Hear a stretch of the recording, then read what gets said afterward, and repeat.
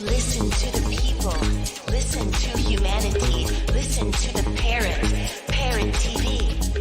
Parrot TV. Parrot TV. Parrot TV.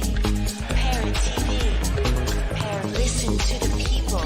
Listen to humanity. Listen to the Parrot. Parrot TV. Parrot TV. Parrot TV. Parrot TV. Do you know that there is a publishing company that wants to make life easier for you as a writer? This publishing company is called World Inkers Printing and Publishing. We publish in all different languages, and we're looking for writers of all genres, all formats. We're looking for scholars, ghostwriters, playwrights, poets, short fiction, novelists, you name it. We're looking for anybody who is interested in writing and the craft of writing to be in touch with us. You can reach us at info.worldinkers@gmail.com. With World Inkers Printing and Publishing, you do not require a lot of money to publish with us. Contact us today at info.worldinkers@gmail.com. Become a winner with other authors at World Inkers Printing and Publishing. Give us a shot. We will surely finish you. Hello and welcome to World Inkers Network. I'm Dustin Pickering, your noble and honest host. We're at episode 292 now. We're closing in on 300 episodes pretty soon here. And today we have Jing Jing, who is the first immigrant poet laureate and the first ever re-elected poet laureate for 2 consecutive terms in 2020 and 2022 of the city of Cupertino.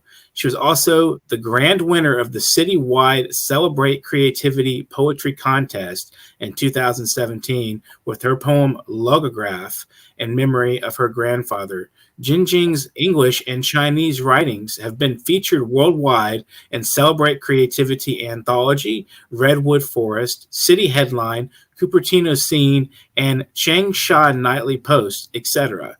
Jing Jing was born in Changsha, China. She lives in San Jose, California. Her first bilingual poetry collection, Flowers in My Dreams, has been released in March 2022 at global Amazon websites. Thank you for joining us today, Jing Jing. How are you? I'm good. Thank you very, very much, Dustin, for having me here.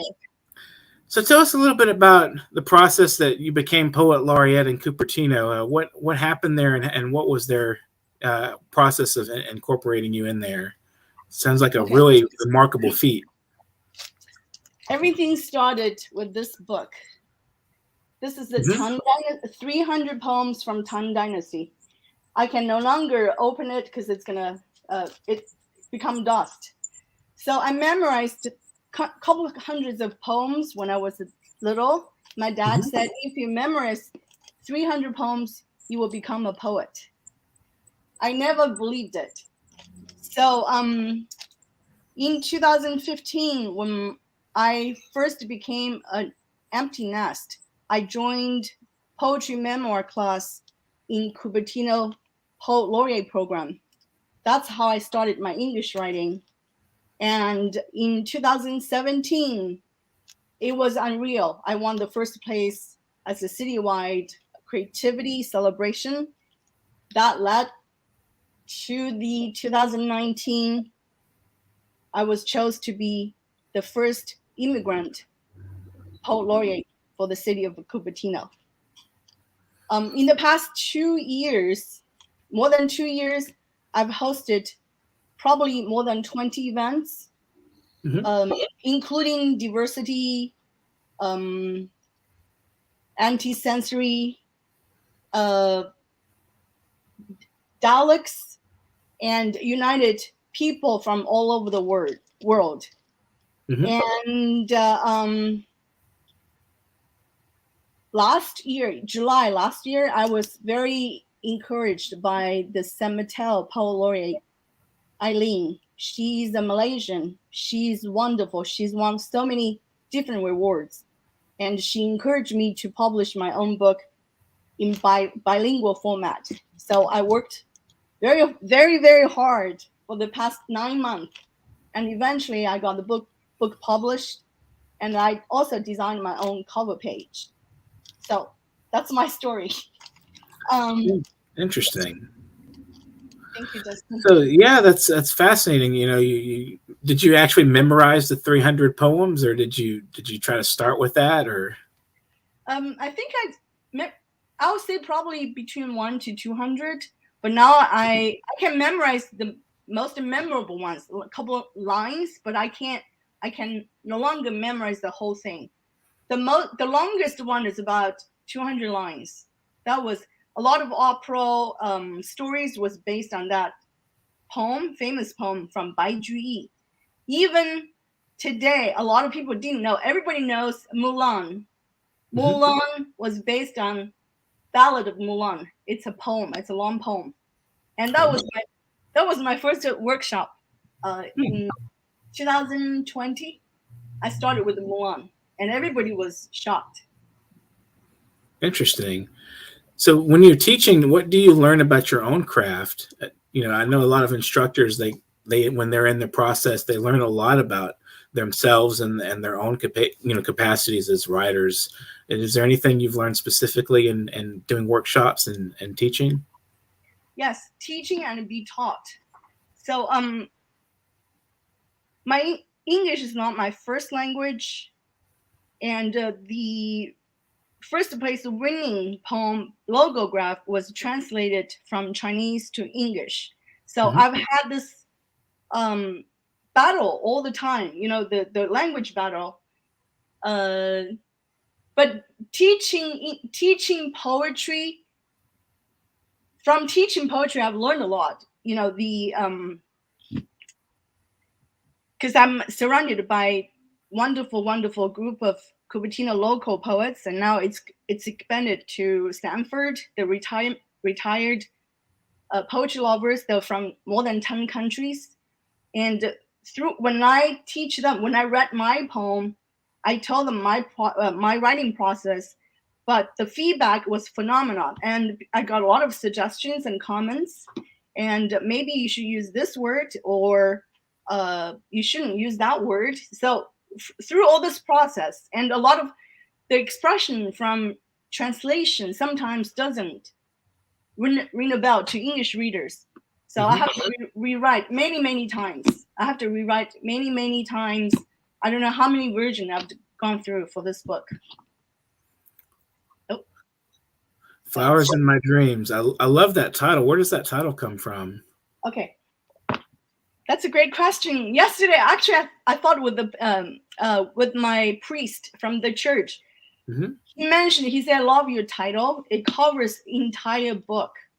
And there was actually, I explained in the end, I said this book, the title is from a song that my dad taught me. The original song title is "Flowers Falling in My Dreams," and I removed the falling. Maybe I shouldn't have, but at that moment, I was too sad. Because this book was dedicated to my mother, who passed away in May 2020. So the priest is from Taiwan. The song was very old. A lot of mainlanders Chinese from mainland, they didn't know this song, but people who's in a certain age, they know. It's a beautiful, beautiful song. So what role does music play in your poetry? Do you borrow rhythms from certain classes of music, or do you ever put some music on and just relax and try to write while you're listening to some kind of I don't know, whatever you're listening to? Great question. I've had Chinese friends tell me before, saying that my poem has a lot of imagery, and also it's very good for reading. And when I had a long talk with the priest yesterday, he told me, he said, your rhyme, your rhythm is very musical. And to be honest with you, because all this, he said, the first thing he said is, you're very good at Chinese classic literature, because all the simplified poetry should be very short, highly summarized. You don't have any redundant or not even one unnecessary word. And he said I was able to do it. And also in the meantime, it's rhymed. The rhyme helped building building the inner musical. Mhm. And I think this is all from what I learned, the classic poems that I memorized. It comes very natural. And he said a good poet doesn't take a long time to write. You should just you just get it done so quickly because everything is already built in by default. That's reading from reading and practice. Mhm. Absolutely. In my own poetry, I tend to have a lot of internal rhymes and a lot of similar sounding words that kind of flow into each other in a way. And you know, you don't catch it immediately, but if I look at it back and go into it, it's like I've done this naturally. I've just put this in there. And, you know, I'll have certain words that are kind of, you know, the sound just reiterates and it works really well as a kind of musicality. And so it's true. There's like a musical rhythm and a pace to a good poem. And I think you're right about saying that it really just kind of flows out. You know, it doesn't always require a lot of work, but maybe a little tweaking here and there. I know some editors think, you know, like to tweak people's poems. So Yes. how long did it take you to write this book, to put this book together? You know, to be honest with you, most of the poem, it collected from 1996, the first one when I visited China, and up until the last, probably the very beginning, January of this year, the book collected about 63 poems, covered 3 decades, and I have 62 translated bilingual. There was one poem that I cannot translate it. Cannot be done, cannot be translated into English. It's just too, I used a lot of ancient words, but it's a beautiful words. There was no English. Maybe I'm not that good because I have to probably learn Shakespeare very well in order to translate that word. Right. It seems like a little classically intoned language, and that's interesting. And so, how many years or so did you said from the '90s, like mid '90s to when did you release it? Like this month, wasn't it, or last month? Yeah, last month or this month. It's still I'm still working on it. I want to make it better. But you know, in the beginning, I never even after I joined the Poet Laureate program, I was learning writing. I went through three. Before me, I had 3 Poet Laureates. They're all very valuable for my writing because I've learned a lot. And I have a lot of great appreciation. I'm very grateful for having this program in the city and learn from this generous poetry lovers and poets and writers. And I picked up from them a lot of things: the spirit, the giving, and the way you want to do better. You always want to craft your work. So Right. And it does take a lot of time to develop. I mean, you know, we said just a few minutes ago, it's like it kind of comes out and flows out really easily, but that takes a lot of practice and time. It's like working on, I don't know, a violin piece or something. You don't just pick up the violin and go, where, you know, you don't just do that.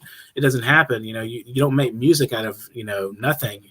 You have to sort of, you know the tones and where to put your hands and all the various things to know how to compose a good song. And so that I think that's what poetry really does. You learn these elements of the craft, and a lot of people want to skip over that and just jump into the writing and, you know, oh, it's my feelings. Well, there's some truth to that, but you know, you have to have, like, if you want a successful poem, I think you have to have your toolkit at hand, you know, and know, like, you know, where the A minor would be on, like where A minor, C, or whatever, tone you're playing in, and if it was compared to playing a guitar or a violin, you know.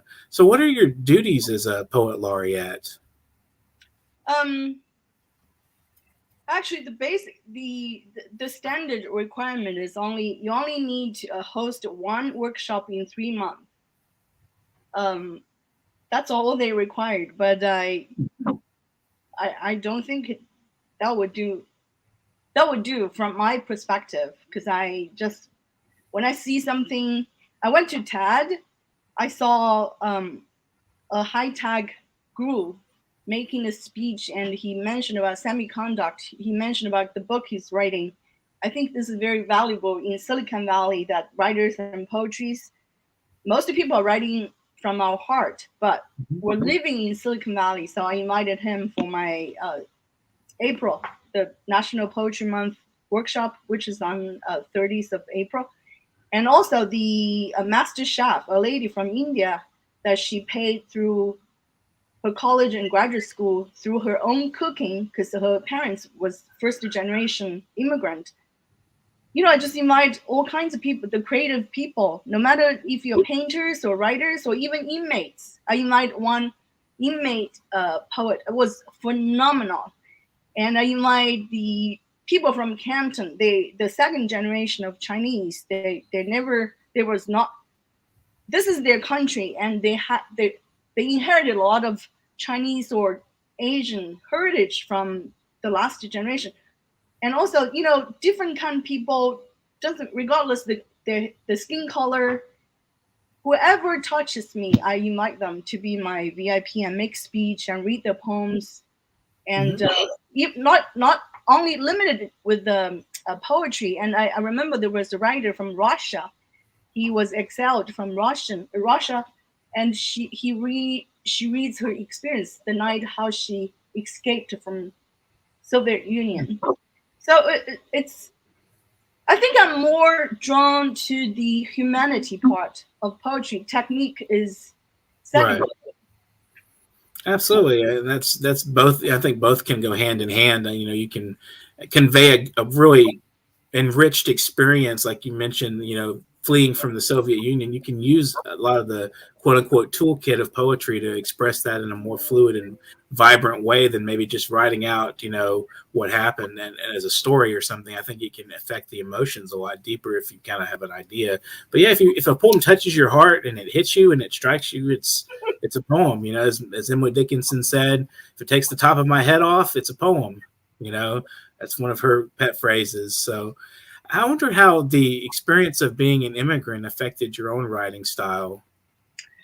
So that's a great question. I appreciate you asking this question because I was a single mom. I raised my kid alone, and my daughter won in 2023. She won the first place for young writers competition, and she speaks English, French, Spanish, and Chinese, and she always laugh at me, you know, for my poor English. The immigrant English. You know, I said I'm great. I mean, among all my Chinese friends, I speak English. I'm one of the best speakers. And she never believes me. She always roll her eyes. So when the last poet laureate approached me, and I said, just to get my daughter back, I want to take this role. Because I want the younger generation know that where the parents come from. You know, we struggled a lot, went through a long journey for them to be here, to have a better life. They need to appreciate that. And this is one of the reasons I write, because this book was dedicated to my mom and dad and also my daughter. The main reason is I want her to know where I come from, where her grandparents come from. Right. It's a conveying experience, an intergenerational, you know, passing down. I think that's one thing that a lot of, you know, writing can do is, you know, it lasts since it's on the page and it's there. It sticks around, you know, and people can pick it up. It's like reading old diaries or, you know, anything else out there that you can read and you can experience, you know, and understand where a person is coming from. And, you know, it's a really powerful tool for different people, younger people and older people, to learn about other people's experiences. So we're going to take a brief break, but we'll be right back with some of your own poetry, and we'd love to hear it. So you're watching World Inkers Network, and I'm Dustin Pickering, your host. Going to a break, right? Are you curious about financial literacy?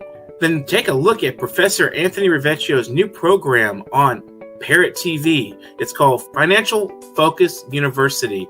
This is an excellent program to learn about questions related to your own finances post-COVID, if how you can manage your money, how you can work with your tax situation. And this is an excellent and informative discussion of financial literacy. With Professor Anthony Rivecchio, your financial problems will be solved at Parrot TV with Financial Focus University. Welcome back to World Inkers Network. We have Jing Jing Yang with us today, and she's going to read us some of her wonderful works. And we're going to love these wonderful poems of hers, I'm sure. So you can go ahead and read if you're ready. Okay, thank you, Dustin. Mm-hmm. Okay, the first one is Logograph, the one I won the prize for.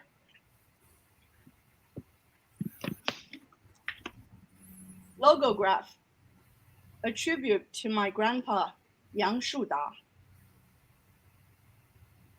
Grab a handful of Chinese characters, toss them into heat, rock them into lava, and cast them into my poetry.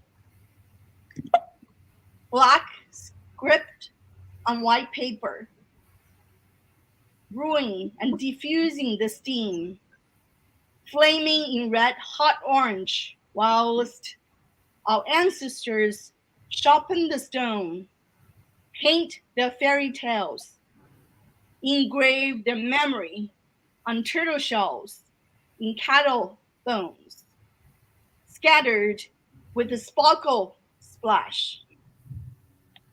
Scripts started before time, blistering as blood and sweat.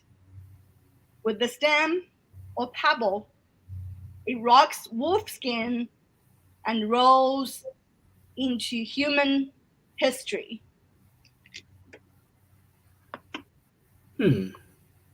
Very deep, very intriguing poem there. Thank you so much. Thank you, Dustin. Mm-hmm. Can we read another one? Sure. The other one is called Hometown Snowfall. This is from Pandemic. My hometown sky, from my hometown sky, the first white goose feather snow falls. My sister-in-law sent me a video. At the same time, rain drizzles murmuring outside my California window. The rain is whispering tears, I know. Our mother left us 7 months ago. From my hometown sky, the first white goose feather snow falls. 1,000 goodbyes stuck in my throat.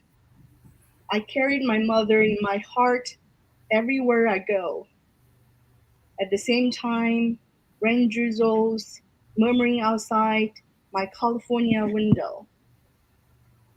Rain and snow flutter from 2 continents of the globe. Home out of reach, so rippled out of hollow. From my hometown sky, the first white goose feather snow falls. If the quarantine was suspended, I'd fly back tomorrow. Corey frolicking, floating in green grotto. Ox ear, I'll see you soon. River Xiangjiang and mountain Yuelou. Home is standing at the edge of my dream. I won't let go. The remembrance of precious cargo. From my hometown sky, the first white goose feather snow falls. At the same time, rain drizzles murmuring outside of my California window. I hear a lot of the musicality in that one, definitely, and the choice of words. Thank you so much. Would you like to read something in Chinese? Sure. All right. Okay, then okay, I gotta flip to that page. Can I read in my dialect? Sure. Okay. So Chinese, while I'm explaining to you, Mandarin and Cantonese are 2 large language in China. Mandarin is the official language, but within one province, I'm from Hunan, there was at least 50 or 60 dialects in each city. So even within the same province, some of the west of the town, I wouldn't understand a thing what they say. So I'm going to read this poem that is well known for every kid who was born in the city of Changsha. So the first part is in Mandarin, and the last part is the my dialect. It's about moon. 月亮爸爸，小老乡，你轻轻弹唱，风儿吹过，花儿飘香。天边圆圆的月亮，导引着我心里的家乡。吉他慢慢弹，曲儿叮咚响，我好像还在院子里跟小朋友们躲迷藏。与邻里的叔叔阿姨坐在小板凳上，悠悠歇凉。小老乡，你轻轻弹唱，月儿溜溜从你指尖拨过，泪珠子在我眼眶里打转。梦乡里，我搀扶着一路小脚颠簸的哀姐和外婆，还有紧紧搂着我的老娘。三代女子勾肩搭背，走在荷花池3公里和文昌阁的老麻石路上。小老乡，你轻轻弹唱，儿时的童谣，月亮爸爸冉冉上扬。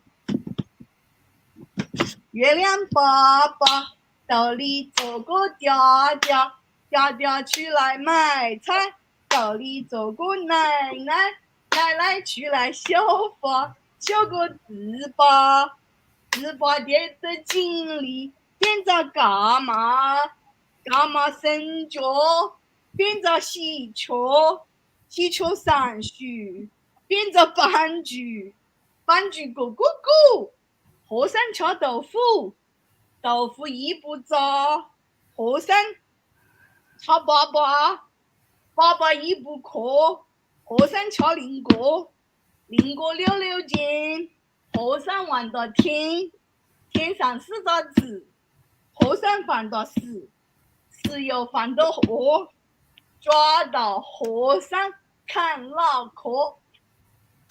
Okay, that's it. Nice. Thank you. Thank you for that. Wonderful. If you'd like to read another poem, we have a little time.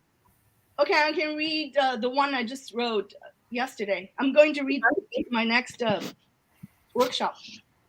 All right. It's about women trafficking. Okay. Boiling sin. Sin boils like sulfuric acid, pouring on the defenseless, the devils and demons inside her trafficked womb. Celebration and parade for a childbirth. 1 girl and 7 boys from known and unknown fathers. Accidental spilling of lawlessness. Liberty has long lost its nature and name. The boiled slurry forges iron ropes and chains, hanging on her neck, throat, and soul. Men ghosts haunting to her insanity and crumbling, inferno in the mound on earth. The world abandoned me, pretending to be deaf. The boundless humanity over and over watches, simmering, covered with the lids. Snow falls on maggots. Incredible holiness. I wonder if you could tell us a little bit about the genesis of that poem. What prompted you to write it, and what was the process like? Okay, there was about 2 months ago, there was picture was showing in the internet. It's a woman whose neck, not necklace, it's a chain with a big lock on her neck. And he was trafficked woman, robbed how do you say that? She was transformed from place to place, and she was raped by many men, and she gave birth to 8 kids. They were from different fathers. And the 40 billions of people asked the government, please give an answer. Who is this lady? Why she's end up in a place with the chain? Why she become a crazy, mad? And the government took them 4 public announcement. Still, they didn't give a good answer. So the country was really boiled. And everybody was angry, furious. The country was in a rage. And that was during Winter Olympic in China.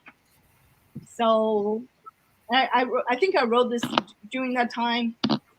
And a few days ago, I translated the poem into English. Interesting. Was it a very painful poem to write? And you have to sympathize with the person you're writing about. It sounds like it was a really grueling process. Yes. I think being I was a hobbyist. I love poetry, and I'll be a poetry lover forever. But I've never considered myself as a poet until I was named first place in 2017. As I became a poet laureate, I think besides what I wrote about my own personal feelings, yeah, I've watched so many other seasoned poets and poet laureates. They're great role models. And I think I started to take some social responsibilities. How do you feel about like social justice in poetry? What are your thoughts on that? That's a tough question. I mean, is poetry effective as a model of social justice, do you think? Yes, it's one of the social justice. And that's why your voice, your writing, your words, that's how too. It's so important to the society. We need to make it heard. And I just had a meeting with the city of Cupertino. I don't think they are serious enough to support this program. And I do think being justice, being equal, I think economic is one of the elements. So I kind of tell them frankly, because this is my second term, they couldn't find anybody who wants to do it because it's free. It's a voluntary role. And, artists needs to survive. And it's very realistic. And all the artists, poets need to get paid. And also I'm also fighting with the city that every VIP who comes to my event needs to get paid. Doesn't matter the amount, but we need to show gratitude. We need to show appreciation. It takes time to craft a good poem. Right. And it takes time to come to event. It's just compared with the Silicon Valley, it's not justified. I mean, that's why the poetry, our voice, our writing matters tremendously. Absolutely. I love the fact that you're fighting on the front lines for those things. That's wonderful. And just keep doing it. What would you like to say in conclusion of the program to our viewers and fellow writers out there? Keep writing, keep fighting, and thank you so much, Dustin, and the World Ink Network. I wish I knew your publishing house earlier. I would have. It took a very hard work to get a book published. I bow for you guys, and just Dustin, just for you, for yourself. I mean, your story is very touching. Thank you very much for what you're doing. Thank you, and thank you as well for being on the program. Would you like to give any shout outs or thank yous to friends and family, supporters, people that you admire? Yes, thank you, Shashay. Thank you, Eileen. Thank you, Cupertino Library and the Libraries Foundation and the city of Cupertino. And we do need to take arts seriously. We need to take creativity very seriously. arts and science should be always hand in hand. Mhm. And we cannot change our past, but we can certainly create our own presence and future. Absolutely. Well, if you know of anybody else that'd like to be on the program, just pass my email to them, and I'll get them on here, and whenever it's convenient for them. But thanks for being here. Wonderful talking to you, Jing Jing. Wonderful talking to you. I already gave your name to Shashay. Oh, excellent. I'll look forward to hearing from them. Okay. Thank you so much. Thank you. You were watching World Inkers Network, and I'm Dustin Pickering. We had Jing Jing Yang today, Poet Laureate of Cupertino. Wonderful talking with her. Go back and watch it again if you missed the beginning. And if you're not subscribed to our channel, shame on you. Subscribe to our channel. Like, share, and comment on our great gift of literature and literary interviews we give, so we can continue promoting this project. And if you'd like to donate to help push us along, we'd love to hear from you with a little extra cash. PayPal.me/NYParrot. That's PayPal.me/NYParrot. And you can donate any amount that you feel appropriate to yourself. We're not asking for, huge amount unless you can spare that. So thank you to all that have already donated in the recent months. And if you want to be on the program, you can get in touch with me, Dustin Pickering, at literarycorner@newyorkparrot.com. And you will send a paragraph bio, a headshot, and a couple of sample works. If you're a prose writer, send a chapter from your book or something to give me an idea of who you are as a writer, so I can have some good questions for you. And remember, World Inkers Monthly Magazine's March edition, dedicated to women's socioeconomic status and cultural status and the importance thereof, is coming out soon. It should be out in the next few days. I'm still working on the layout. It'll be very soon, I promise. And you guys out there, just keep on doing what you're doing. Keep reading, keep writing, and keep thinking, and just keep on keeping on. And remember, if you're not writing today, get to writing now. World Inkers Monthly Magazine is a fine source for your literary interests. It's an all-source magazine with poetry, prose, and essays and articles, as well as interviews. It's all full-color art and photography from a variety of voices and artists. You will find this magazine entertaining. This is an all-purpose readership, and we are looking for new voices. This sleek, full-color edition of World Inkers Monthly Magazine will be something pleasant for your eyes as well as for your mind. And we're looking for authors for one book promotion in the magazine. If you're a business, we want to promote your business. You may submit your book reviews, your academic or non-academic articles on the humanities and the arts, as well as your literary writing and creative output, to publication.worldinkers@gmail.com. World Inkers Monthly Magazine does not spare any ink. Keep inking for